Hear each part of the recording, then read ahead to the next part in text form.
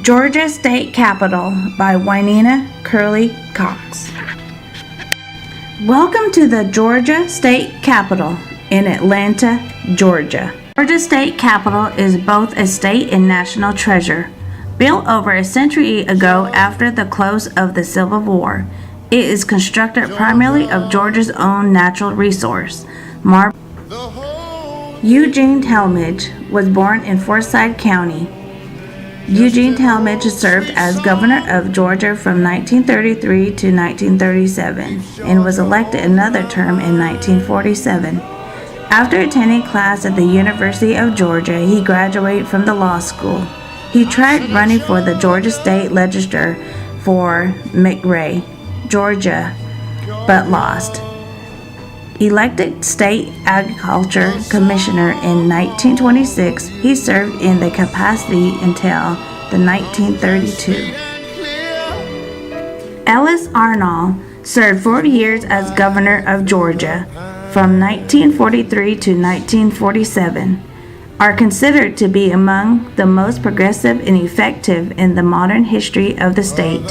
His refusal to step down in 1947 after Eugene Talmadge's death led to the governor's controversy. Richard B. Russell was an American politician from Georgia, a member of the Democratic Party.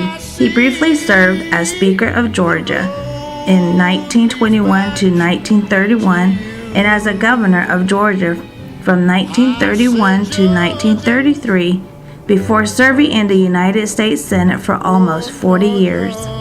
Russell was born in Wynena, Georgia, the fourth child of the 15 children of Enya Dillard and Richard Russell Sr. He was also a lawyer and a late Chief Justice of the Supreme Court of Georgia. Mr. Russell graduated in 1948 from the 7th District Agriculture and Mechanical Schools in Powder Springs, Georgia.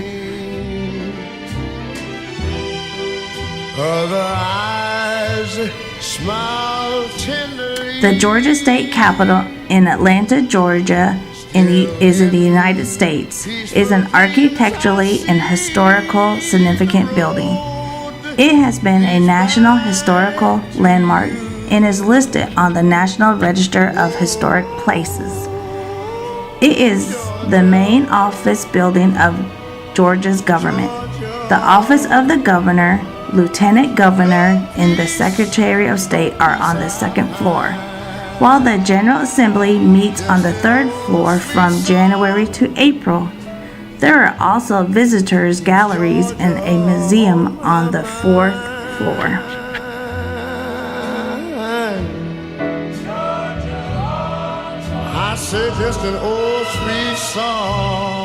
This is the room of the General Assembly, which it was created in 1977, shortly after the outbreak of the American Revolution, making it older than the United States Congress. It is Senate and House meet in separate chambers on opposite sides of the third floor of the Capitol.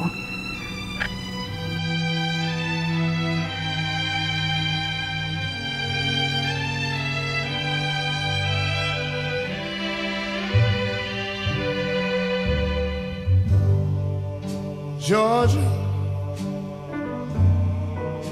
Georgia, the whole day through, just an old sweet song keeps Georgia on my mind. Georgia on my mind. I said, Georgia, Georgia,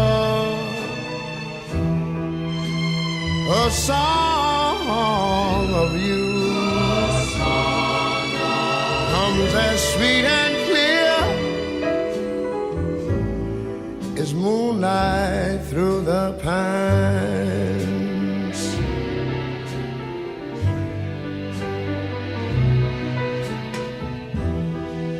Other arms reach out to me, other eyes smile tenderly. Still in the peaceful dreams I see, the road leads back to you. I said, Georgia, oh, Georgia. Symbol of freedom. Sitting on top of the Capitol is a white stone statue, a woman raising a torch to the sky and pointing a sword to the ground. Although we know exactly sure who she is, it was the 20th century destroyed many records about her. It is Mrs. Freedom. She wears a liberty cap similar to those worn by ex-slaves in ancient Rome. The French Revolution also wore the same cap symbolizing freedom from the French monarchy. She represents freedom in those who sacrificed for the war. Installed in the 1880s, she is 26 feet tall from torch to the feet and weighs 1,600 pounds. Originally, she weighed about 1,200 pounds, but in 2004, she was restored and reforged with an exact 400 pounds. She is made of sheets of copper covering a hollow frame, all from which is painted white. Starting in 1959, you could see the torch in her hand light up at night. A person can change the light bulb from the inside of the statue using a retractable trolley that is attracted to the 5-inch tube. Most people can see Miss Liberty at the top of the gold dome, but many don't realize that the smaller replica inside the Capitol, close to the Senate gallery, sitting at a wooden throne, sits on a very small version of Miss Liberty. Many other replica and artifacts inside the top floor of the Georgia State Capitol, known as the Capitol Museum. Hung high on the top floor of the Georgia State Capitol Museum sits an early version of the American flag. Although we don't know the exact origin of this artifact, we have been able to gather a slight peek into this history. Building stones of Georgia.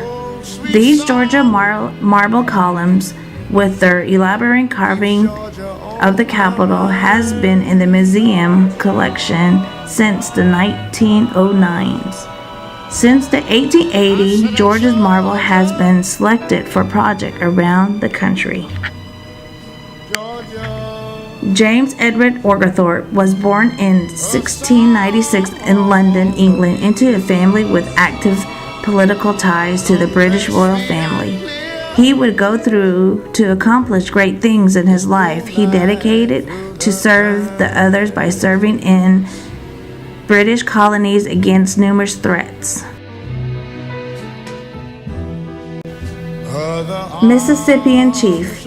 Powerful chiefs of the Mississippian culture once governed large sections of Georgia, such as the Etowah and the Macon Plateau. The dress of these chiefs symbolized their power and showed their control over resources coming from near and far. Painted and tattooed designs of their body were marks of distinguished and social standings. The hairpin, necklace, special sash, primary weapons, band of ornament, seashells, beads on the wrist, copper-clad wooden rattle, and moccasins. Declaration of Independence, July 4th, 1776.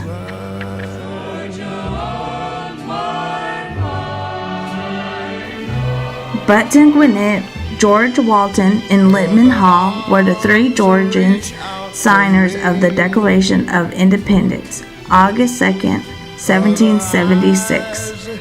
Georgia joined the United States on August 2nd, 1776, the same day that Button Gwinnett, Littman Hall, and George Walton signed the Declaration of Independence in Philadelphia.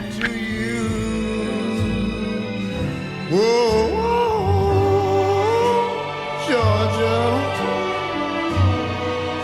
Georgia.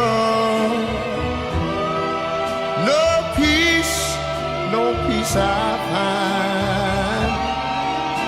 Just an old sweet song keeps Georgia on my mind. Georgia, I said just an old sweet song